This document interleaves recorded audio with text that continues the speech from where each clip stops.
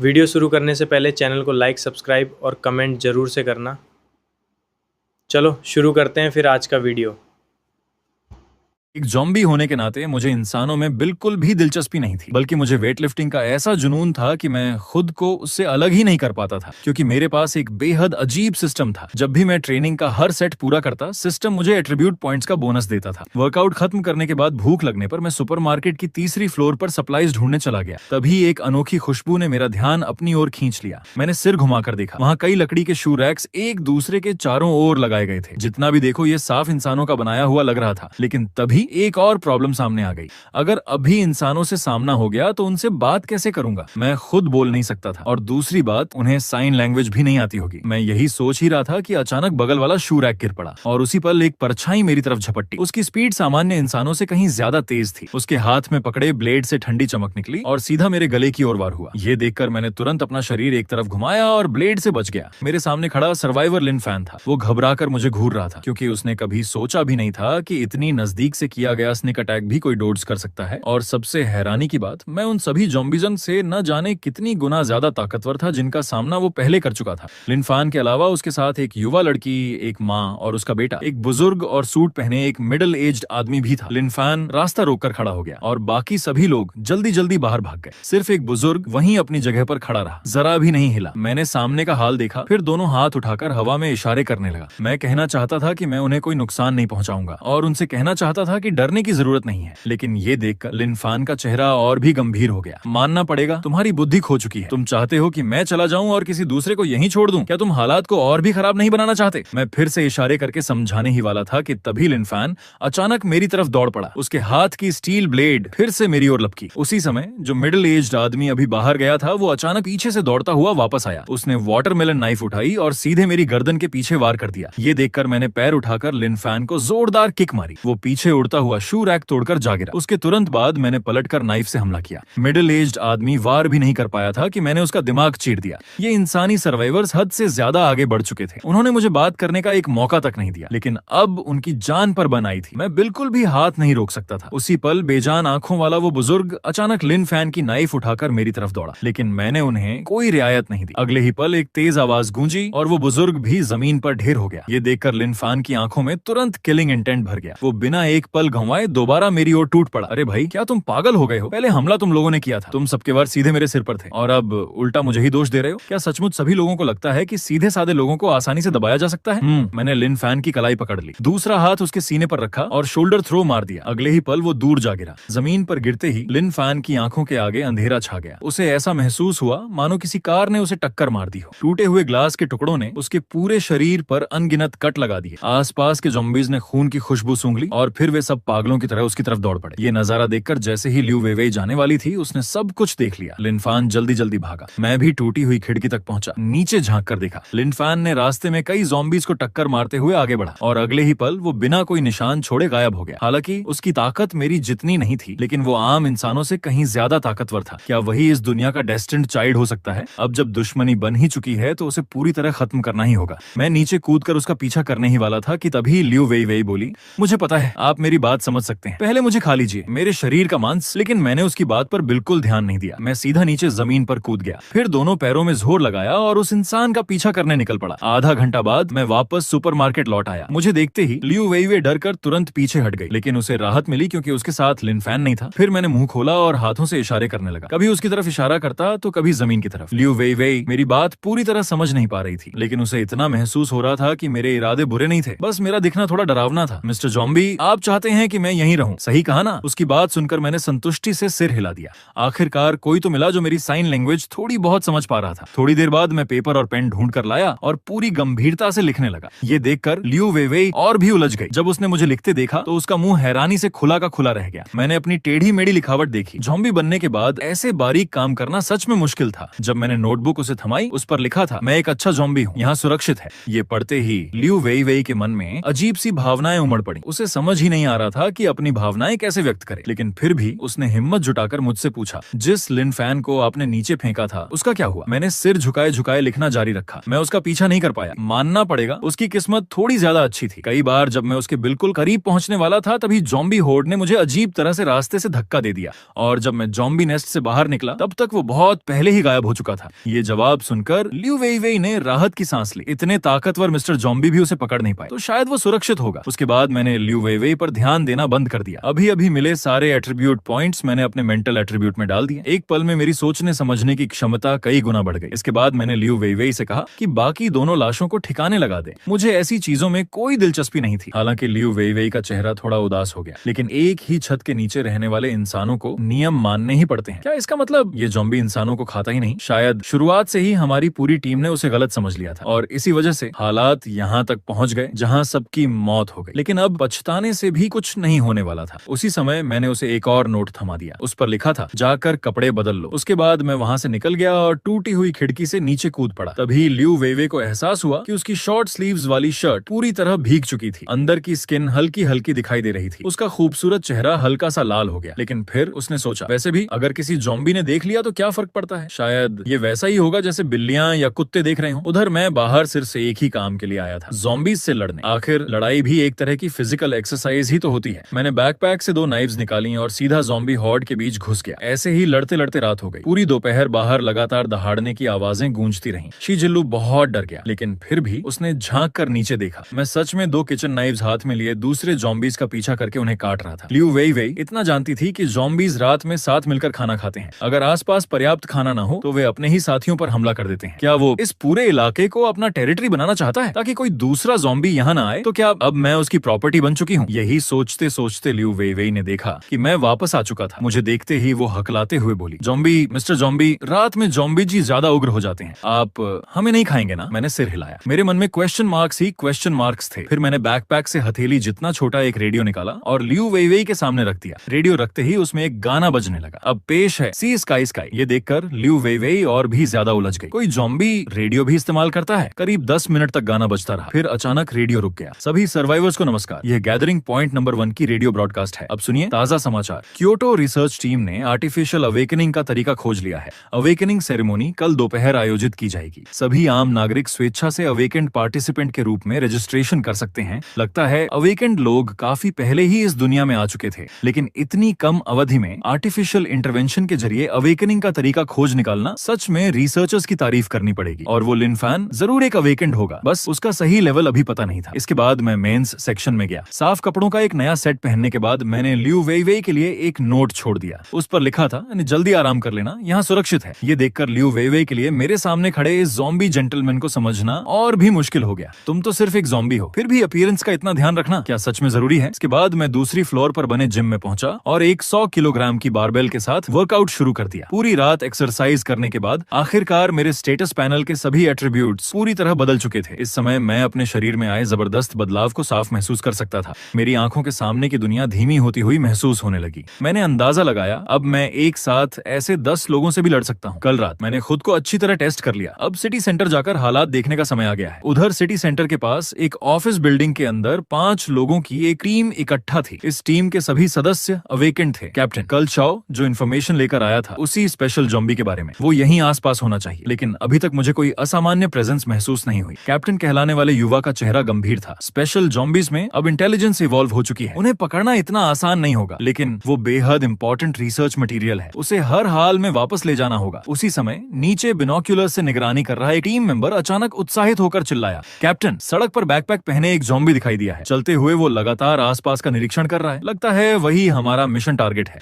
और वो लगभग यहाँ पहुंच चुका है। इस अवेकेंड स्क्वाड को अच्छी तरह पता था कि उनके सामने मौजूद ज़ॉम्बी कम से कम कैप्टन लेवल का था। साधारण फायर आर्म्स उसे जानलेवा डैमेज नहीं पहुंचा सकते थे। इसलिए टीम के एक सदस्य ने अपना आरपीजी रॉकेट लॉन्चर निकाल लिया। ऊपर से सिर्फ इतना आदेश मिला है कि जहां तक हो सके उसे जिंदा पकड़ना। लेकिन हम सब जानते हैं सिर्फ एक स्क्वाड कैप्टन लेवल ज़ॉम्बी को जिंदा पकड़ ही नहीं सकती। मरने के बाद भी उसकी बॉडी रिसर्च के लिए बेहद कीमती रहेगी। उधर मैं अभी भी सप्लाईज तलाश रहा था। मुझे जरा भी अंदाजा नहीं था कि खतरा मेरे बेहद करीब पहुंच चुका है। मैं बस एक बात सोचकर हैरान था, आसपास इतने कम ज़ॉम्बीज क्यों हैं? अचानक दूर से आग की एक लपट मेरी तरफ बढ़ी और जैसे ही मेरी नजर दूर रूफटॉप पर खड़े इंसानों पर पड़ी, मेरे पूरे शरीर शरीर में खतरे की घंटी बज उठी। मैंने तुरंत साइड रोल किया। मैंने तुम लोगों का क्या बिगाड़ा था? खुशकिस्मती से मैं समय रहते बच गया। हमले ने सिर्फ मेरी स्किन पर कुछ सफेद निशान छोड़े। अगर वो सीधा लग जाता तो चाहे मैं मरता नहीं, लेकिन मेरी पूरी स्किन जरूर उधड़ जाती। ये देखकर कैप्टन का चेहरा बेहद गंभीर हो गया। इसके बाद उन्होंने मुझे संभलने का एक पल भी नहीं दिया। उनमें से एक का शरीर बदलने लगा। वो हाफ ह्यूमन हाफ वोल्फ बन गया। बाकी दो लोगों के हाथों में आग की लपटें जल उठी और आखिर में जो पहले बोल रहा था उसने अपना दायां हाथ हल्का सा बंद किया और उसके हाथ में एक आइस ब्लेड बन गई। उसी समय वेयरवुल्फ का विशाल पंजा तेज दरांती की तरह मेरे सिर की ओर झपटा। ये देखकर मैं तुरंत एक तरफ हट गया और उसी समय मैंने पूरी ताकत से अपना दायां मुक्का चलाया सीधा वेयरवुल्फ के पेट पर। उसका विशाल शरीर तुरंत हवा में उड़ गया और पीछे की एक शॉप का दरवाजा तोड़ते हुए जा गिरा। उसकी जिंदगी और मौत अब किसी को नहीं पता थी। ये देखकर कैप्टन की आंखें सदमे से फैल गईं। ओल्ड लियो वेयरवुल्फ बनने के बाद लगभग मैक्स लेवल के बराबर ताकत रखता है और उसके पास बेहद शक्तिशाली सेल्फ हीलिंग एबिलिटी भी है, लेकिन उसे सामने वाले ने एक ही पंच में ऐसी हालत में पहुंचा दिया कि जिंदा है या नहीं कुछ पता नहीं। कैप्टन तुरंत घबराकर चिल्लाया, इन्फॉर्मेशन गलत थी। ओल्ड लियो को लेकर तुरंत पीछे हटो, मैं इसे रोकता हूँ। लेकिन बाकी टीम मेंबर्स उसकी बात सुनकर भी हिचकिचा रहे थे। ये देखकर कैप्टन का चेहरा और गंभीर हो गया।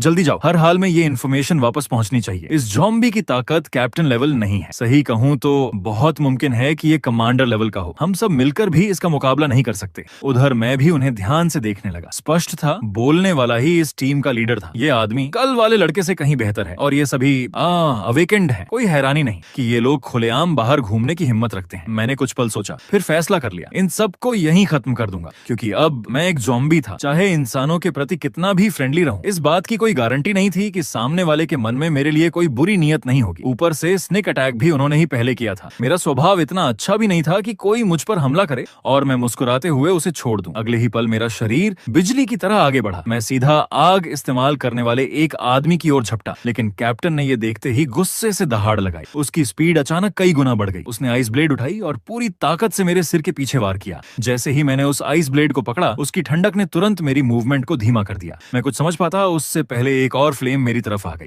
मैंने पहले उसे हाथ से झटक दिया और पूरी ताकत से फ्लेम्स को बिखेर दिया। फिर मैंने आइस ब्लेड पकड़े कैप्टन पर पंच जड़ दिया। एक पल में उसने दूसरी आइस ब्लेड बनाकर वार रोकने की कोशिश की, लेकिन अगले ही क्षण दोनों आइस ब्लेड जोरदार आवाज के साथ टूट गईं। ये देखकर वहां मौजूद हर इंसान स्तब्ध रह गया, लेकिन कैप्टन के पास उन्हें डांटने का भी समय नहीं था। खड़े मत रहो, भागो, ये ज़ॉम्बी पक्का कमांडर लेवल का है। इस बार सबने बिना बहस किए उसकी बात मान ली। एक टीम मेंबर ने अपने ओरिजिनल फॉर्म में लौट चुके ओल्ड लियो को उठाया और बाकी सबके साथ मुड़कर भाग गया। लेकिन उनकी बात सुनकर मैं कुछ पल के लिए रुक गया। कैप्टन लेवल, कमांडर लेवल, क्या यही इंसानों द्वारा तय किया गया अवेकेंड स्ट्रेंथ सिस्टम है? लेकिन कैप्टन ज्यादा देर तक टिक नहीं पाया। मैंने उसका गला मजबूती से पकड़ लिया। इस समय वो पूरी तरह अपनी सीमा पर पहुंच चुका था। उसका पूरा शरीर बेहद कमजोर दिखाई दे रहा था। आसपास के ज़ॉम्बीज शोर सुनकर इकट्ठा हो गए, लेकिन एक भी ज़ॉम्बी आगे बढ़कर उसे खाने की हिम्मत नहीं कर पाया। कैप्टन हल्का सा हंसा। मुझे पता है तुम मेरी बात समझ सकते हो, लेकिन ज्यादा घमंड मत करना। मेरे साथी जरूर मेरा बदला लेंगे। मुझे उसकी बकवास सुनने में बिल्कुल दिलचस्पी नहीं थी। मैंने सीधे उसकी गर्दन मरोड़ दी,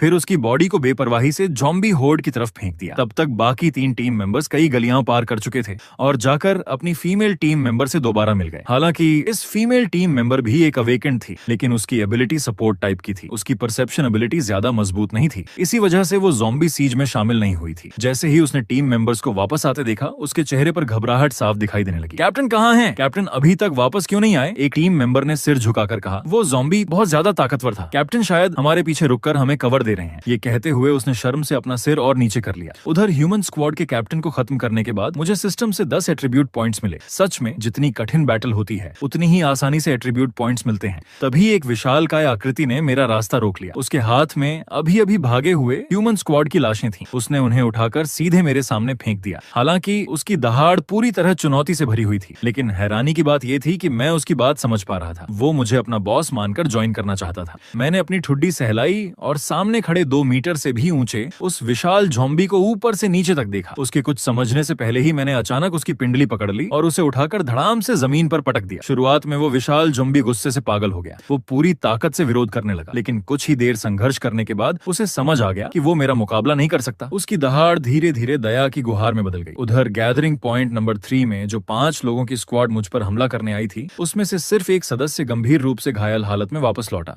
और उसने एक बेहद महत्वपूर्ण इन्फॉर्मेशन पहुंचाई। उधर इस पूरे मामले का कारण बना वो विशाल ज़ॉम्बी अब मेरा नया छोटा भाई बन चुका था। इसी समय लियू वेई ने मुझे वापस आते देखा। तब जाकर उसने राहत की सांस ली। वो पूरी रात सो भी नहीं पाई थी। मैं जब लगभग पूरा दिन बाहर रहा, तब जाकर उसे थोड़ी देर देर नींद आई। एक इंसान होने के नाते वो ह्यूमन गैदरिंग पॉइंट जाना चाहती थी, क्योंकि एक ज़ॉम्बी की प्रोटेक्शन में जीना उसे हमेशा किसी सपने जैसा लगता था। उधर मैं और विशाल ज़ॉम्बी जल्दी ही जिम पहुंच गए। मैंने कोई बेकार की बात नहीं की, सीधे ट्रेनिंग शुरू कर दी। मैं ऊपर कूदता, एक्सरसाइज करता और लगातार उसे भी साथ घसीटता रहा। ये देखकर विशाल ज़ॉम्बी पूरी तरह स्तब्ध रह गया। मुझे मार डालो, लेकिन मेरी बेइज्जती मत करो, मैं आखिर तक तुमसे लड़ूंगा। लेकिन सिर्फ 5 मिनट बाद वही विशाल ज़ॉम्बी जमीन पर दबा हुआ रहमत की भीख मांग रहा था। उसी समय सिस्टम की नोटिफिकेशन सुनाई दी, कॉम्बैट ट्रेनिंग कंप्लीट। एक एट्रीब्यूट पॉइंट प्राप्त हुआ। मैंने उस विशाल ज़ॉम्बी की तरफ देखा जिसे मैं 5 बार पीट चुका था। वो जमीन पर पड़ा था, ऐसा लग रहा था मानो उसने जिंदगी से उम्मीद ही छोड़ दी हो। मैं बस इतना ही कह सकता था, कमाल है। फिर मैंने कई 100 किलोग्राम की बारबेल्स के साथ कट्स शुरू किए। उसके बाद एक और सेट पूरा किया। हर सेट पूरा होने पर एट्रीब्यूट पॉइंट्स बढ़ जाते थे। ताकतवर बनना सच में एक लत जैसा था। जल्द ही दोबारा रात हो गई। मुझे अच्छी तरह पता था कि रात में ज़ॉम्बीज पागल हो जाते हैं, इसलिए मैंने अपने छोटे भाई को जिम में ही रहने दिया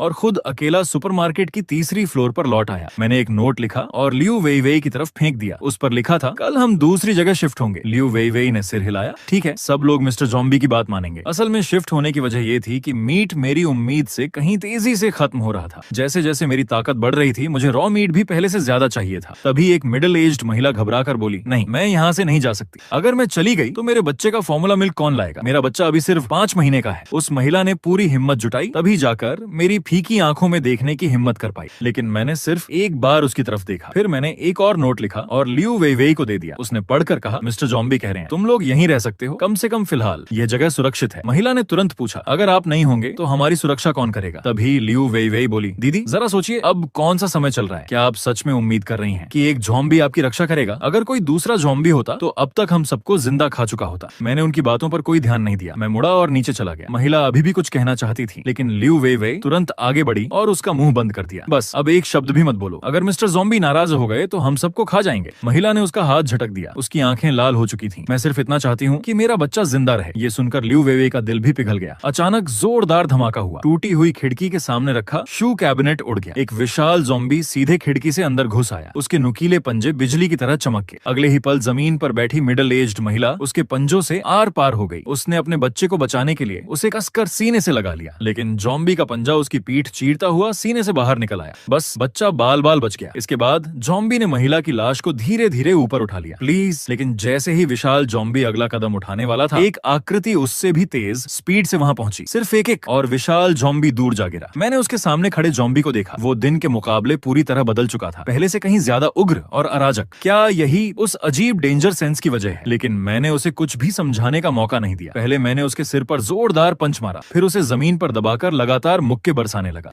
लियू वेई वेई बुदबुदाई, तो इसकी ताकत इतनी ज्यादा है, कोई हैरानी नहीं कि लिन फैन इसे हरा नहीं पाया। तभी उसे कुछ याद आया। वो तुरंत झुककर रोते हुए बच्चे को उठा लिया। मैं कई मिनट तक उस विशाल ज़ॉम्बी को पीटता रहा। फिर वही परिचित आवाज जो सुनाई दी, बॉस मत मारिए, मुझसे गलती हो गई। मैंने ठंडे स्वर में कहा, अगर दोबारा ऐसा किया हाँ तो यही मार डालूंगा। विशाल ज़ॉम्बी डर से कांप उठा। वो सिकुड़ कर बैठ गया, बेहद बेबस दिखाई दे रहा था। उसे पता था कि उसने बॉस के टेरिटरी में घुसकर गलती की है। उसने बॉस को नाराज कर दिया था। ये पिटाई पूरी तरह उसकी अपनी गलती थी। लेकिन जाते जाते भी वो मिडिल एज्ड महिला की बॉडी उठाकर ले गया, क्योंकि उसे पता था बॉस इंसानों का मांस खाना पसंद नहीं करते। इसके बाद मैंने कई शेल्व्स खींचकर खिड़की के सामने लगा दी। लियू वेई वेई के पास से गुजरते हुए मैंने उसकी बाहों में मौजूद बच्चे की तरफ एक नजर डाली। लियू वेई वेई डर गई। उसे लगा मिस्टर ज़ॉम्बी को शायद छोटे बच्चे का मांस पसंद है। उसने बच्चे को और कसकर सीने से लगा लिया। लेकिन मैंने सिर्फ एक नोट उसकी तरफ फेंका और नीचे चला गया। उस नोट पर लिखा था, अगर डर लग रहा हो तो ऊपर आ जाना। नोट पढ़ने के बाद लियू वेई वेई को लगा शायद मिस्टर ज़ॉम्बी के पास रहना ही सबसे सुरक्षित है। लेकिन जैसे ही वो नीचे पहुंची, उसने ऐसा दृश्य देखा कि उसका दिमाग सुन्न रह गया। क्या मैं गलत जगह आ गई हूँ? मिस्टर ज़ॉम्बी रेडियो पर गाना सुन रहे थे और साथ ही वर्कआउट भी कर रहे थे। क्या आजकल के ज़ॉम्बीज इतने डिसिप्लिन भी होते हैं? अगले दिन सबसे पहले मैंने सुपरमार्केट में बचा हुआ सारा मीट अपने बैग में भर लिया। फिर लियू वेई वेई के लिए एक नोट लिखा। कुछ घंटों बाद हम निकलने वाले थे। अगर तुम मेरे साथ नहीं आना चाहती हैं तो यहीं रह सकती हो। लेकिन कल की घटना के बाद लियू वेई वेई ने पूरी सिचुएशन को शांत दिमाग से सोचा। अगर वो अकेली यहीं रहती तो शायद रात में ज़ॉम्बीज उसे खा जाते। लेकिन पिछले कुछ दिनों से साथ रहने के दौरान मिस्टर ज़ॉम्बी ने कभी इंसानों को नहीं खाया और मिस्टर ज़ॉम्बी थोड़ा जेंटल भी था। लियू वेई वेई बार बार खुद को यही समझाने लगी। जब हम सुपरमार्केट से बाहर निकले, चारों तरफ इक्का दुक्का ज़ॉम्बीज घूम रहे थे। उन्होंने लियू वेई वेई को इंसान के रूप में जरूर देखा, लेकिन कोई भी आगे बढ़ने की हिम्मत नहीं कर पाया। सिर्फ इसलिए क्योंकि मेरे शरीर से निकलने वाला ऑरा उन्हें सहज ही डरा देता था। कुछ ही देर में हम जिम पहुंच गए। वहां मौजूद 6 ताकतवर मेल ज़ॉम्बीज में से अब सिर्फ 2 ही बचे थे। लेकिन उन दोनों से पहले से कहीं ज्यादा दबाव महसूस हो रहा था। शायद रात में एक दूसरे को खा जाने के बाद उनकी शुरुआती एवोल्यूशन इवोल्यूशन हो चुकी थी और उनमें बुद्धि विकसित होने लगी थी। अब इन दोनों मस्कुलर ज़ॉम्बीज़ों को भी उस विशाल ज़ॉम्बी ने अपना जूनियर बना लिया था। दोनों ने लियू वेई वेई की तरफ लालच भरी नजर से देखा, लेकिन मेरे डर से उन्होंने कोई हरकत नहीं की। हमारे सुपरमार्केट छोड़ने के कुछ समय बाद अलग अलग कपड़े पहने दो इंसान वहां पहुंचे। उनमें से एक लिन फैन था। कुछ दिन पहले वो बड़ी मुश्किल से मेरे हाथों मरने से बचा था। बाद में उसे इस नई स्क्वाड ने बचा लिया और इस बार वो इन्हीं एस्पर्स को लेकर आया था। उसका मकसद था मुझे मार देना और लियू वेवे को मेरे हाथों से बचा लेना। लेकिन इस समय लिन फैन का चेहरा बेहद गंभीर था। उसकी आंखों में बेहद गहरी नफरत भरी हुई थी। उसे लियू वेवे कहीं दिखाई नहीं दी। उसे लगा शायद ज़ॉम्बी उसे पहले ही खा चुका है। ये सारे ज़ॉम्बीज़ मर जाने चाहिए, सबके सब। उसके हाथ में ठंडी चमक लहराई।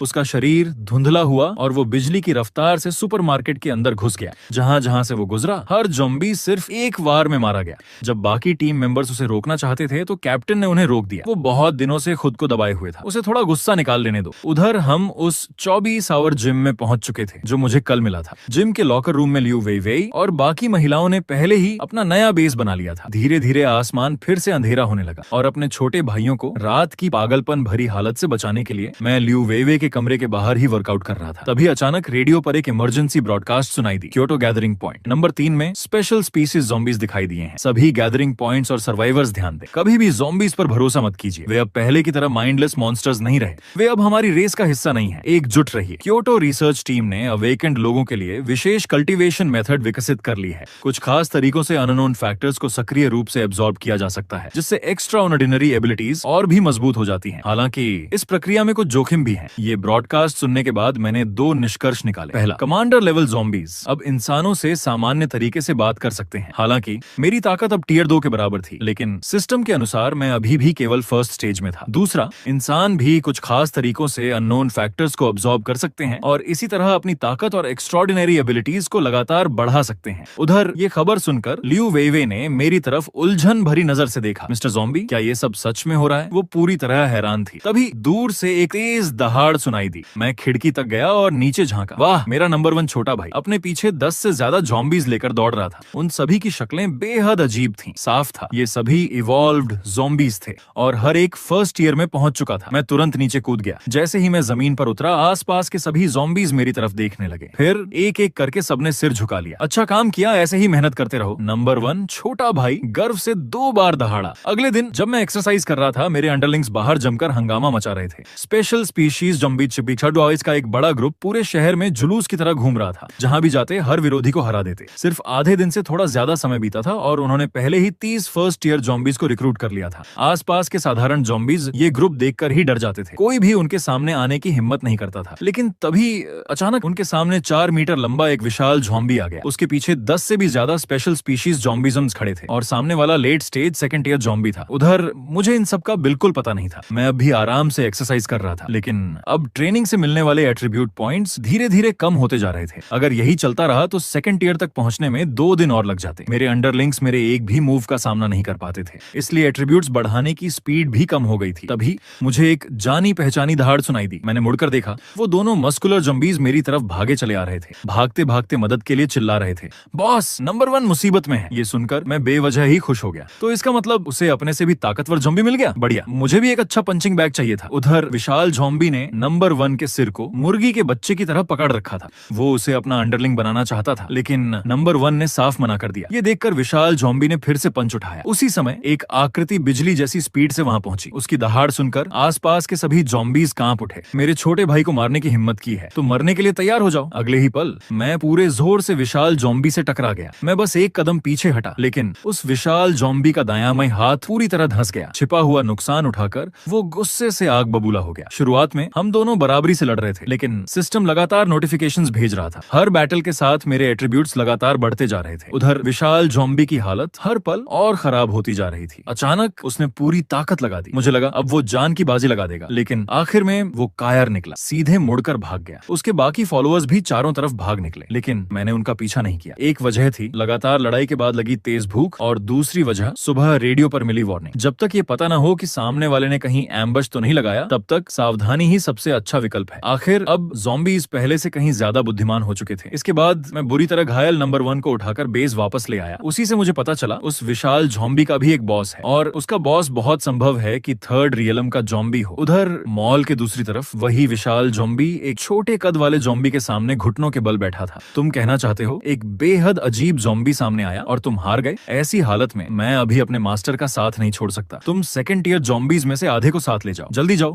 और बिना देर किए उसे खत्म कर दो। जिस अजीब ज़ॉम्बी की वो बात कर रहा था वो मैं ही था। ये लॉर्ड ज़ॉम्बी के एडवांस होने का सबसे महत्वपूर्ण समय था। शुरुआती स्टेज में इतनी मेहनत और रिसोर्सेज लगाए गए थे, अब किसी भी कीमत पर सब कुछ बर्बाद नहीं होने दिया जा सकता था। हर छिपे हुए खतरे को खत्म करना जरूरी था। कुछ ही देर बाद मुझे महसूस हुआ दर्जन भर अलग अलग आकार के ज़ॉम्बीज मेरी तरफ बढ़ रहे हैं। उनमें से कोई भी नंबर 1 से कमजोर नहीं था। वाकई वही विशाल ज़ॉम्बी दर्जन भर सेकंड टियर ज़ॉम्बीज को लेकर वापस आ गया था। इस बार उसका रवैया पूरी तरह बदल चुका था। उसकी आवाज में घमंड साफ झलक रहा था। समर्पण करो या मर जाओ। मेरे पीछे खड़े दोनों मस्कुलर ज़ॉम्बीज डर से कांप रहे थे। शायद सामने वालों की ताकत बहुत ज्यादा थी, लेकिन विशाल ज़ॉम्बी हमला करता उससे पहले ही मैं बिजली जैसी स्पीड से सीधे उनकी तरफ दौड़ पड़ा। ये देखकर विशाल ज़ॉम्बी दंग रह गया। उसे लगा था इतने बड़े ग्रुप को देखकर मैं भाग जाऊंगा, लेकिन मैंने तो पहले ही हमला कर दिया। सबसे पहले मैंने एक जोरदार विप किक मारी। वो सामने खड़े लाल रंग के ज़ॉम्बी के चेहरे पर लगी। वो सीधा हवा में उड़ गया। मुझे सोचने का भी समय नहीं मिला। दूसरे ज़ॉम्बी का विशाल पंच मैंने बैक हैंड से रोक लिया। ये देखकर विशाल ज़ॉम्बी के दिल में जबरदस्त हलचल मच गई। उसकी आंखों में लालच की एक चमक उभरी। अगर इसे बॉस के सामने ले जाया जाए तो शायद ये बॉस के बराबर पहुंच सकता है। जल्द ही मैं दबने लगा, लेकिन तभी सिस्टम की नोटिफिकेशन फिर सुनाई दी। अजीब बात ये थी, मार खाते हुए भी मुझे मजा आ रहा था। हो गया, आखिरकार हो गया। उधर ऊपर खड़ी लियू वेई वेई घबराकर सोच रही थी, अगर मिस्टर ज़ॉम्बी मर गए तो चाहे मुझे ज़ॉम्बीज ना भी खाएं, मैं भूख से ही मर जाऊंगी। ऊपर से लड़ाई की आवाज सुनकर लियू वेई वेई ने खिड़की से झांका। सामने का दृश्य देखकर उसका चेहरा डर से बिल्कुल सफेद पड़ गया। उसी क्षण मैंने आखिरकार 100वां एट्रीब्यूट पॉइंट पूरा कर लिया और सफलतापूर्वक अर्ली स्टेज सेकंड टियर में एडवांस हो गया। एक पल में मेरे पूरे शरीर में उबलती हुई ताकत दौड़ गई।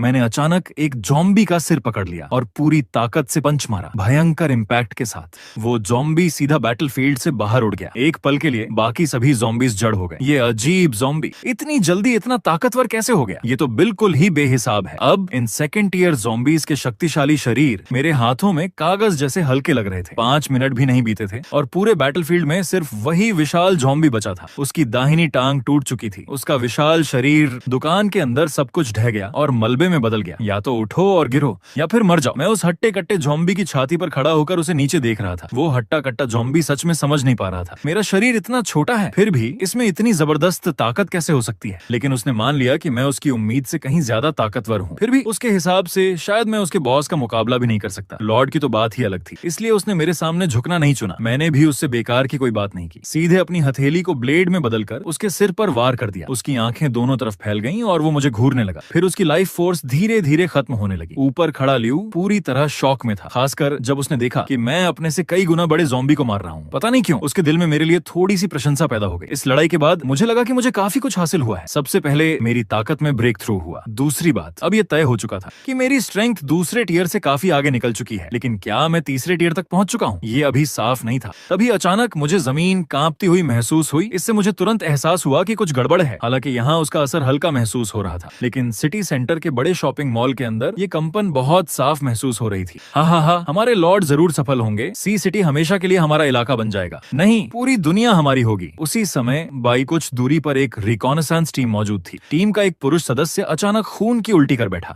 मैंने उस दहाड़ के मालिक की प्रेजेंस महसूस कर ली है। इतनी विशाल एबिलिटी कमांडर लेवल से बहुत ऊपर है। बहुत मुमकिन है कि वो लेजेंडरी टियर 4 ज़ॉम्बी हो। लगता है उसने हमें ढूंढ लिया है, जल्दी चलो। लेकिन अगले ही पल तीनों एक साथ जमीन पर गिर पड़े। उनके सिर बिना किसी निशान के गायब हो चुके थे। हमारे लॉर्ड अभी पूरी तरह जागे नहीं है। हम तुम्हारे जैसे चींटियों को उनकी योजना खराब नहीं करने देंगे। कुछ समय बाद मुझे एहसास हुआ कि इन दिनों सड़कों पर पहले की तुलना में ज़ॉम्बीज बहुत कम दिखाई दे रहे थे। शुरुआत में जो जबरदस्त बुलावा महसूस होता था वो भी अब पूरी तरह गायब हो चुका था। इस बात ने मुझे काफी उलझन में डाल दिया। मिस्टर ज़ॉम्बी, जल्दी ऊपर आइए, बच्चा मरने वाला है। ये सुनते ही मैं एक छलांग में दूसरी मंजिल पर पहुंच गया। मैंने लियू वेई वेई की बाहों में पड़े बच्चे को देखा, जिसकी सांसें लगातार कमजोर होती जा रही थीं। ऐसा कैसे हो सकता है? क्या सिर्फ पेट दर्द से किसी बच्चे की जान चली जाएगी? लेकिन मुझे हमेशा ऐसा महसूस हो रहा था कि इस बच्चे का इन दिनों हो रहे कंपन से कोई ना कोई संबंध जरूर है। उस भूकंप जैसे झटके के बाद से हवा में जैसे कुछ पहले से कहीं ज्यादा सक्रिय हो गया था। लेकिन मौजूदा हालात देखकर आज इस बच्चे का बचना लगभग नामुमकिन था। उसे खुद से ज़ॉम्बी में बदलना ही पड़ेगा, क्योंकि इस समय इलाज की कोई कंडीशन मौजूद ही नहीं थी। बच्चे को खुद इन्फेक्शन स्वीकार करने देना ही शायद इकलौता रास्ता था। मैंने अपना बायां हाथ बढ़ाया और अपनी तर्जनी के नाखून की नोक तोड़ दी। मेरे धूसर काले नाखून पर सड़ा हुआ खून लगा हुआ था। मैंने उसे सीधे बच्चे के मुंह में रख दिया। मिस्टर ज़ॉम्बी,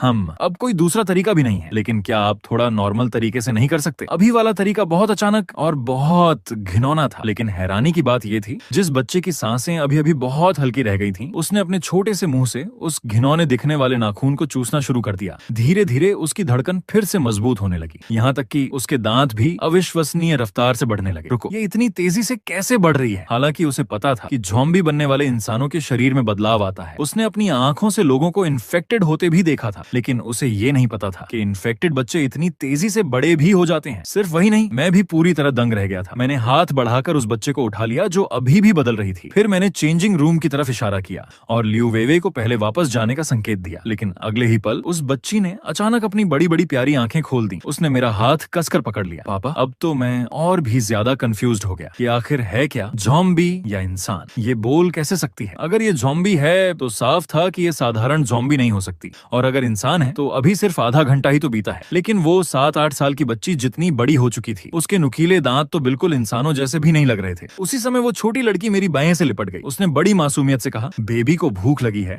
मैंने तुरंत चेंजिंग रूम के दरवाजे के पास पड़े बैकपैक की तरफ इशारा किया, फिर जोर से कहा, उधर खाना रखा है। छोटी लड़की ने सच में मेरी बात समझ ली। वो छलांग लगाकर नीचे उतरी, लेकिन अभी नए शरीर की आदत न होने की वजह से थोड़ा लड़खड़ा गई। वो आगे बढ़ने ही वाली थी कि जैसे उसे अचानक कुछ याद आ गया। वो पलटकर वापस आई और मेरी छोटी उंगली पकड़ ली। उसके चेहरे पर मुझसे बिछड़ने की बिल्कुल भी इच्छा नहीं थी। उसे देखकर मेरे पास उसके साथ चलने के अलावा कोई चारा नहीं था। वो बड़े ध्यान से दूध की एक बोतल उठाकर मेरे मुंह की तरफ ले आई। छोटी लड़की ने बिल्कुल भी विरोध नहीं किया। एक पल के लिए मैं पूरी तरह कंफ्यूज्ड हो गया। ज़ॉम्बीज़ तो दूध नहीं पीते, तो क्या इसे इंसान माना जाए? बाहर की आवाजें सुनकर लियू वेइवेई अपनी जिज्ञासा रोक नहीं पाई। उसने दरवाजा थोड़ा सा खोलकर बाहर झांका। जब उसने 7-8 साल की एक बच्ची को दूध पीते देखा तो उसका दिमाग कुछ पल के लिए बिल्कुल खाली हो गया। छोटी लड़की ने भी दरवाजे की उस दरार को देख लिया। उसने सामने झांकती हुई लियू वेइवेई की तरफ देखा, फिर मुस्कुराकर बोली, दीदी। ये सुनकर मुझे सच में शिकायत करने का मन हुआ। अरे, इसे मम्मी नहीं कहना चाहिए था। लियू वेइवेई आखिर बड़ी बहन कैसे बन गई? मैं अभी पिता बनने के बारे में सोच ही रहा था कि खिड़की खोलने वाला था। आखिर बच्ची अब इतनी बड़ी हो चुकी थी, उसे हमेशा बिना कपड़ों के तो नहीं रखा जा सकता। टॉयज और स्नैक्स तो जरूरी थे ही। वैसे भी अब सब कुछ 0 युएन में मिल रहा था। मुझे बिल्कुल भी अफसोस नहीं हुआ। लेकिन अगले ही पल छोटी लड़की फुर्र से दौड़ती हुई मेरे पास आ गई। उसने मेरी टांग कसकर पकड़ ली और बड़ी बड़ी आंखों से मुझे देखने लगी। पापा मुझे छोड़कर जा रहे हैं। ये सुनकर मैं बिल्कुल निरुत्तर हो गया। फिर मैंने उसे अपनी पीठ पर उठा लिया और दोनों साथ में खिड़की से बाहर निकल गए। पीछे सिर्फ लियू वेइवेई का हैरान चेहरा रह गया। कुछ देर बाद मैंने कोई भी कपड़ा उठाकर छोटी लड़की को पहना दिया, फिर उसके लिए कुछ और कपड़े लेकर बेस भेजने के लिए अलग रख दिए। लेकिन जैसे ही मैं नीचे वापस जाकर ट्रेनिंग करने वाला था, ये लड़की हैरान कर देने वाली स्पीड से भाग कर आई और फिर से मेरी टांग पकड़ ली। मेरे पास कोई और विकल्प नहीं था। आखिरकार मैंने उसे अपने पास बैठकर मेरी ट्रेनिंग देखने दी। वैसे भी वो ज़ॉम्बी जैसे उसे कोई नुकसान नहीं पहुंचा रहे थे, लेकिन इस छोटी लड़की का शांत बैठने का बिल्कुल भी इरादा नहीं था। पापा चलिए। दोपहर तक अंडरलिंग नंबर 1 एक दर्जन से भी ज्यादा फर्स्ट ईयर ज़ॉम्बीज़ को लेकर वापस आ गया। उसने छोटी लड़की की उत्सुक नजरें देखी। उसने अपनी पतली उंगली से उसके सिर को हल्के से छुआ, मानो ये कंफर्म कर रहा हो कि सामने वाली भी उसी की तरह है या नहीं। तुम मुझे छू क्यों नहीं सकते? ये सुनते ही अंडरलिंग नंबर 1 थोड़ा डर गया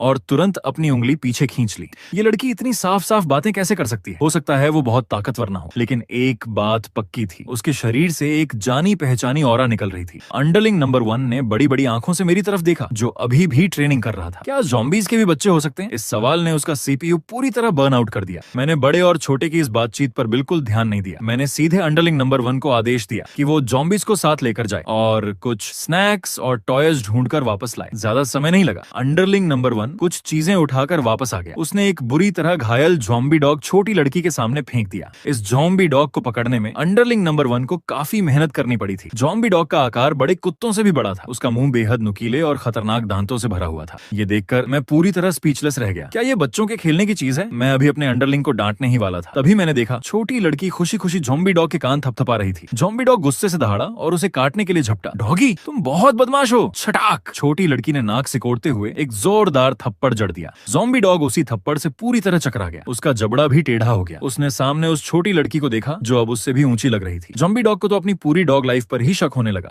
मैंने कभी नहीं सोचा था कि ये लड़की इतनी निडर होगी, लेकिन कोई बात नहीं। जब तक उसे पसंद है, कम से कम वो मुझे बार बार परेशान तो नहीं करेगी। छोटी लड़की बिल्कुल भी शर्माई नहीं। वो उछलकर ज़ॉम्बी डॉग की पीठ पर चढ़ गई और फिर मजे से डॉग राइडिंग गेम खेलने लगी। कुछ दिनों बाद मैंने देखा कि सड़कों पर ज़ॉम्बीज़ की संख्या लगातार कम होती जा रही थी। ऐसा लग रहा था मानो ज़ॉम्बी क्राइसिस अब खत्म होने वाली हो। लेकिन हवा में मौजूद वो अनजान फैक्टर्स बिल्कुल भी कम नहीं हुए थे, बल्कि वो अब भी धीरे धीरे और मजबूत होते जा रहे थे। अचानक मुझे जैसे कुछ समझ आया। मैं अब इंसानों की तरह बात कर सकता हूँ। क्या सिर्फ 3rd ईयर ज़ॉम्बीज़ ही इंसानी भाषा बोल सकते हैं, या फिर जब स्पिरिट किसी खास लेवल तक पहुंच जाती है तभी बोलने की एबिलिटी मिलती है? उसी समय छोटी छोटी लड़की। पिछले कुछ दिनों की दोस्ताना इंटरेक्शन के बाद ज़ॉम्बी डॉग पूरी तरह उस छोटी लड़की का आज्ञाकारी बन चुका था। अगर वो दांत दिखाने की भी हिम्मत करता तो उसे तुरंत सबक मिल जाता। मैंने उसके छोटे से सिर पर प्यार से हाथ फेरा, फिर कहा, अब जब तुम मेरी बेटी हो तो तुम्हारा एक नाम भी होना चाहिए। आज से तुम्हारा नाम चेन शियाओहान होगा। ये सुनते ही छोटी लड़की खुशी से खिल उठी। वो दौड़कर आई और मेरी टांग से लिपट गई। ठीक है, अब मेरा भी एक नाम है। थैंक्स पापा। ऊपर खड़ी लियो वेई वेई फिर से शौक में पड़ गई। मिस्टर ज़ॉम्बी अब बात भी कर सकते हैं। ऐसा तो सिर्फ थर्ड टियर ज़ॉम्बीज ही कर सकते हैं। सिर्फ वही इंसानों की भाषा बोल पाते हैं। लेकिन मैं किसी और बात के बारे में सोच रहा था। क्या लियो वेई वेई को इंसानों की सेटलमेंट तक भेज देना चाहिए? मेरी ताकत के साथ अब इंसानी सेटलमेंट के पास जाना भी ज्यादा खतरनाक नहीं था। और जहां तक उस बेहद लकी लिन फैन की बात है, मैंने तुम्हारी गर्लफ्रेंड को सुरक्षित जगह पहुंचा दिया है। हमारे बीच की छोटी मोटी दुश्मनी यहीं खत्म मान लेते हैं। उसी वक्त दूर कहीं से जोरदार गड़गड़ाहट सुनाई दी। साथ ही लगातार गनशॉट्स की आवाजें भी आ रही थीं। आवाज की तीव्रता सुनकर ही समझ आ गया कि ये कुछ लोगों का काम नहीं हो सकता। मेरा चेहरा गंभीर हो गया। मैंने चेन शियाओहान और बाकी लोगों को उठाया, फिर एक छलांग लगाकर पास के मकान की छत पर पहुंच गया। मैंने आवाज की दिशा में नजर डाली। उधर दूर तक इंसानों की भीड़ दिखाई दे रही थी। कम से कम 1000 सर्वाइवर्स वहां मौजूद थे और सभी कॉम्बैट यूनिफॉर्म पहने हुए थे। उनके साथ दर्जनों मॉडिफाइड आर्मर्ड व्हीकल्स भी थे। हर आर्मर्ड व्हीकल पर मशीन गन्स और भारी गन बैरल्स लगे हुए थे। इंसानों की तरफ से मचा हुआ शोर बहुत बड़ा था। आखिर इतना बड़ा तमाशा देखे बिना कैसे रहा जा सकता था? मेरे मन में भी हल्की सी उत्सुकता होने लगी। वैसे भी मैं सिर्फ दूर से देखने वाला था। शायद मुझे थर्ड टियर फाइटर्स की लड़ाई देखने का मौका मिल जाए। इससे अपनी ताकत का अंदाजा लगाना भी आसान हो जाएगा। उसी समय शॉपिंग मॉल की तरफ पहाड़ जितना विशाल फ्लैश माउंटेन खड़ा था। उसके मांस के ढेरों से लगातार नए ज़ॉम्बीज निकल रहे थे। वो सिर्फ सेकंड टियर ज़ॉम्बीज ही नहीं बना सकता था। दूसरी तरफ इंसानों के कैंप के सामने 1000 से भी ज्यादा अलग अलग तरह के ज़ॉम्बीज खड़े थे। कुछ के पूरे शरीर पर बड़े बड़े फोड़े थे। ऐसा लगता था जैसे वो किसी भी पल फट जाएंगे। कुछ के हाथ मांस से बनी विशाल ब्रॉडसोर्ड जैसे थे। कुछ का शरीर बेहद छोटा था, लेकिन उनकी स्पीड बेहद डरावनी थी। इंसानों की तरफ से 5 थर्ड टियर एक्सपर्ट्स मैदान में उतरे थे और उसी तरह उन्हें भी 5 थर्ड टियर ज़ॉम्बीज ने रोक रखा था। इधर मैं आखिरकार चेन शियाओहान को लियू वेई वेई के पास छोड़ने में कामयाब हो गया। इस बार चाहे वो कितना भी रोई, कोई फायदा नहीं हुआ। जब इंसान बाकी ज़ॉम्बीज से लड़ रहे थे, मैं सीधे फ्लैश माउंटेन के सामने पहुंच गया। उसे सामने से देखकर मैं भी दंग रह गया। इतने विशाल आकार को आखिर मारा कैसे जाए? यहाँ तक कि कहाँ जा सकता था? थर्ड टियर का हमला भी उसके लिए गुदगुदी जैसा था। लेकिन न जाने क्यों मेरे सामने खड़ा ये फ्लैश माउंटेन मुझे बेहद स्वादिष्ट लग रहा था। ये एहसास बहुत अजीब था। अचानक उसके खुले हुए मांस से कई टेंटिकल्स बाहर निकल आए। उन्होंने मेरी बांह कसकर पकड़ ली। मुझे उनमें हल्का सा खींचने वाला फोर्स महसूस हुआ। वो मुझे एब्जॉर्ब करने की कोशिश कर रहे थे। संयोग से मैं भी इसका स्वाद चखना चाहता था। मैंने जोर लगाकर खुद को छुड़ा लिया, फिर हाथ को ब्लेड की तरह इस्तेमाल किया और उसका एक बड़ा मांस का टुकड़ा काट लिया। एक बाइट लेते ही मेरी आंखें चमक उठी। ये मांस सड़े हुए मांस से कहीं ज्यादा स्वादिष्ट था और मेरे अंदर की भूख और भी तेज हो गई। साथ ही मेरे एट्रीब्यूट्स भी लगातार बढ़ने लगे। लेकिन जब मैं दोबारा खाने ही वाला था, तभी पीछे से तेज हवा का झोंका महसूस हुआ। अगले ही पल मैं सीधे फ्लैश वॉल से टकरा गया। मेरी आंखों के सामने अचानक अंधेरा छा गया। कुछ ही क्षण बाद हल्की सी रोशनी दिखाई दी। मेरे सामने मांस और खून से बनी एक चौड़ी सुरंग थी। वो लगभग 10 मीटर चौड़ी थी। क्या मैं फ्लैश माउंटेन के अंदर आ गया था? मैंने फिर सुरंग की गहराई में देखा। वही परिचित बुलावे वाला एहसास फिर से मुझे अपनी ओर खींचने लगा। करीब 7-8 मीटर आगे मांस की दीवार अचानक फट गई और पोर्टल जैसी एक दरार खुल गई। उसके भीतर से 3 बेहद ताकतवर ऑरा वाले ज़ॉम्बीज बाहर आए। सबसे आगे एक ह्यूमनॉइड ज़ॉम्बी था। उसके दोनों तरफ एक टेढ़े मेढ़े चेहरे वाला ज़ॉम्बी बुल और एक अजीब ज़ॉम्बी था जिसका सिर कुत्ते का और शरीर बिल्ली का था। ज़ॉम्बी बुल ने मुझे ठंडी आवाज में कहा, अजनबी ज़ॉम्बी, हमारे लॉर्ड की तुम्हें थोड़ी दिलचस्पी है। आज से तुम भी हमारे लॉर्ड का हिस्सा बन जाओ। ये सुनकर मैंने मन ही मन सोचा, जो चीज थर्ड टियर ज़ॉम्बीज को भी अपना अधीन बना सकती है, क्या ये फ्लैश माउंटेन सच में फोर्थ टियर ज़ॉम्बी हो सकता है? अचानक ह्यूमनॉइड ज़ॉम्बी बिजली की स्पीड से मेरी तरफ झपटा। उसकी रफ्तार बेहद तेज थी। उसका अजीब सा मुक्का शायद वही था जिसने बाहर मुझ पर स्नेक अटैक किया था, लेकिन मेरी रिएक्शन उससे भी तेज थी। मैंने तेज हवा से भरे उसके पंच को डोज कर दिया और अपना मुक्का सीधे उसकी छाती पर दे मारा। ह्यूमनॉइड ज़ॉम्बी उड़कर दूर जा गिरा। ये देखकर ज़ॉम्बी बुल हल्का सा शॉक में पड़ गया। ये कैसे हो सकता है? तुम्हारी ताकत दबाई क्यों नहीं गई? आखिर ये सब उनके लॉर्ड के शरीर के अंदर हो रहा था। यहाँ हमेशा एक ऐसी शक्ति रहती थी जो बाहर से आने वालों की ताकत में बाधा डालती थी। असल में शुरुआत में मैंने भी उस ताकत को महसूस किया था, लेकिन वो शक्ति मेरे शरीर की स्किन तक नहीं भेद सकी, इसलिए मैंने उसकी बिल्कुल परवाह नहीं की। उसी समय कुत्ते के सिर और बिल्ली के शरीर वाला ज़ॉम्बी कुछ समझ गया। अब समझ आया हमारे लॉर्ड ने तुम्हें दिलचस्पी क्यों दिखाई। अचानक मैं मुस्कुराया और उन तीनों ज़ॉम्बीज को देखने लगा। अगर तुम्हारी ताकत भी दब चुकी है तो तुम तीनों काफी अच्छे सैंडबैग्स साबित होंगे। ह्यूमनॉइड ज़ॉम्बी फिर से खड़ा हो गया। उसने अपनी धंसी हुई छाती की तरफ देखा। मैं मानता हूँ अभी मैं लापरवाह था, लेकिन क्या तुम्हें सच में लगता है कि तुम हमारा मुकाबला कर सकते हो? एक साथ हमला करो, इसे मार डालो। उधर फ्लैश माउंटेन के बाहर किसी को भी अंदर चल रही लड़ाई के बारे में कुछ पता नहीं था। बाहर 5 कमांडर्स और 5 थर्ड टियर ज़ॉम्बीज काफी देर तक लड़ते रहे। आखिरकार 3 थर्ड टियर ज़ॉम्बीज आग में जलकर राख हो गए। बाकी बचे दो ज़ॉम्बीज ने एक दूसरे की तरफ हैरानी से देखा। उन्हें बिल्कुल उम्मीद नहीं थी कि इंसानों का 3rd टियर एक्सपर्ट अपनी एबिलिटी को इस लेवल तक विकसित कर चुका होगा। दोनों तुरंत मुड़े और फ्लैश माउंटेन की तरफ भाग गए। कमांडर्स ने एक दूसरे की तरफ देखा और थोड़ी देर चर्चा की। आखिर उन्होंने फैसला किया कि 4th टियर ज़ॉम्बी को मारने के लिए उसके अंदर जाना होगा। इधर फ्लैश माउंटेन के अंदर मैंने जमीन पर पड़े तीनों ज़ॉम्बीज की लाशों की तरफ देखा। किसी का सिर पूरी तरह चकनाचूर हो चुका था तो किसी का शरीर बीच से फट गया था। फिर मैंने अपनी धंसी हुई छाती की तरफ देखा। मैंने आराम से दीवार से मांस का एक टुकड़ा तोड़ा और सीधे मुंह में डाल लिया। अकेले एक 3rd टियर ज़ॉम्बी मुझसे कमजोर था, लेकिन तीनों मिलकर मेरे लिए फिर भी कुछ हद तक खतरा पैदा कर सकते थे। खुशकिस्मती से मैं लड़ाई के दौरान लगातार मजबूत होता जाता हूँ, वरना आखिर जीत किसकी होती ये कहना मुश्किल था। मैं कई 100 मीटर आगे बढ़ता गया, तभी मेरे सामने फिर वही 3 परिचित चेहरे आ गए। मैंने उन्हें देखकर हल्की हैरानी से कहा, तुम लोग फिर से जिंदा हो गए? ह्यूमनॉइड ज़ॉम्बी हंस पड़ा। मैं मानता हूँ कि तुम ताकतवर हो और काफी स्पेशल भी हो, लेकिन बस इतना ही, हम अमर हैं। हर बार मरने के बाद हमारे लॉर्ड हमें और भी ज्यादा ताकत देते हैं। मैं तुम्हें एक और मौका देता हूँ, हमारे लॉर्ड के सामने समर्पण कर दो, अपना शरीर उन्हें अर्पित कर दो। हमारे लॉर्ड बहुत उदार हैं, वो तुम्हें अमरता की शक्ति देंगे। लेकिन ह्यूमनॉइड ज़ॉम्बी अपनी बात पूरी भी नहीं कर पाया था कि उसकी आंखों के सामने सब धुंधला हो गया। अगले ही पल वो फिर दूर जाकर गिरा। धत्तेरे की, तुम ज़ॉम्बीज इतनी बेकार बातें क्यों करते रहते हो? समझ नहीं आता ये आदत तुम लोगों में आई कहां से? क्या तुम सबको शो ऑफ करने की बीमारी है? इसके बाद हम चारों ज़ॉम्बीज फिर से भीषण लड़ाई में भिड़ गए। मुझे साफ महसूस हो रहा था कि सामने वाले तीनों की ताकत पहले से बढ़ चुकी थी। वहीं दूसरी तरफ तीनों ज़ॉम्बीज अभी भी पूरे कॉन्फिडेंस से भरे हुए थे, लेकिन कुछ ही देर बाद उनके चेहरे शौक से भर गए, क्योंकि उनके सामने खड़ा 2nd टियर ज़ॉम्बी पहली लड़ाई की तुलना में अब कहीं ज्यादा ताकतवर हो चुका था। जमीन पर पड़े ज़ॉम्बी बुल की सांसें अभी चल रही थीं, लेकिन उसकी आंखें नाखुशी से भरी हुई थीं। क्या तुम अपनी असली ताकत छिपा रहे थे? लेकिन मुझे उसकी बातों में बिल्कुल भी दिलचस्पी नहीं थी। मैंने सीधे एक पैर से उसका सिर कुचल दिया, लेकिन इस बार मैं तुरंत आगे नहीं बढ़ा, बल्कि वहीं रुककर उन तीनों ज़ॉम्बीज की लाशों को ध्यान से देखने लगा। फ्लैश वॉल से अनगिनत टेंटिकल्स बाहर निकले। उन्होंने तीनों लाशों को लपेट लिया और अगले ही पल वो बॉडीज पूरी तरह गायब हो गईं। करीब 3 मिनट बाद 3 आकृतियां फिर से भयंकर ऑरा के साथ मेरी तरफ दौड़ पड़ी। इस बार उनकी ताकत पहले से भी ज्यादा बढ़ चुकी थी, लेकिन मैं भी कोई ऐसा नहीं था जो सिर्फ खाता ही रहे। मुझे लड़ते लड़ते खुद को और मजबूत करना भी आता था। सबसे बड़ी बात, यहाँ अनलिमिटेड सेल्फ सर्विस भी था और एक ऐसा ट्रेनिंग रूम जहाँ मॉन्स्टर्स कभी खत्म ही नहीं होते थे। ऐसी जगह को मैं भला कैसे छोड़ सकता था? लेकिन जब उन तीनों ने मेरी तरफ देखा तो इस बार वो मुझसे भी ज्यादा शौक में पड़ गए, क्योंकि मैं भी पहले से ज्यादा ताकतवर हो चुका था। एक और भीषण लड़ाई शुरू हुई। कुछ देर बाद मरने से पहले ह्यूमनॉइड ज़ॉम्बी की आंखें शौक से भरी हुई थीं। उसकी शुरुआती तिरस्कार भरी नजरें अब पूरी तरह गायब हो चुकी थीं। हमारे लॉर्ड ने तो हमें पहले से ज्यादा ताकत दी थी, फिर तुम्हारी ताकत मुझसे भी तेज कैसे बढ़ रही है? मैंने बस बिना किसी भाव के उसकी तरफ देखा और शांत आवाज में कहा, ऐसा है क्या? शायद तुम लोग ही बहुत कमजोर हो। इतना कहकर मैंने ज़ॉम्बी बुल की बॉडी का एक हिस्सा फाड़ लिया और वहीं बैठकर उसे खाना शुरू कर दिया। लेकिन अजीब बात थी, इसका स्वाद बिल्कुल फ्लैश माउंटेन के मांस जैसा था। क्या ये सारे ज़ॉम्बीज यहीं के मांस से बनाए गए हैं? उसी समय दूसरी तरफ 3 पुरुष और एक महिला, यानी चारों कमांडर्स साथ बैठकर आराम कर रहे थे। चारों की नजरें सामने टिकी हुई थीं। उनके दिलों में धीरे धीरे निराशा घर करने लगी। फ्लैश माउंटेन के अंदर आने के बाद न सिर्फ उनकी ताकत दबा दी गई थी, बल्कि उन्हें 2 ऐसे ज़ॉम्बीज ने हमला करके रोक रखा था जो बार बार जिंदा हो जाते थे। शुरुआत में उन्होंने फ्लैश वॉल को तोड़कर बाहर निकलने की कोशिश की, लेकिन चाहे जितनी कोशिश कर लें वो उसे खोल ही नहीं पाए।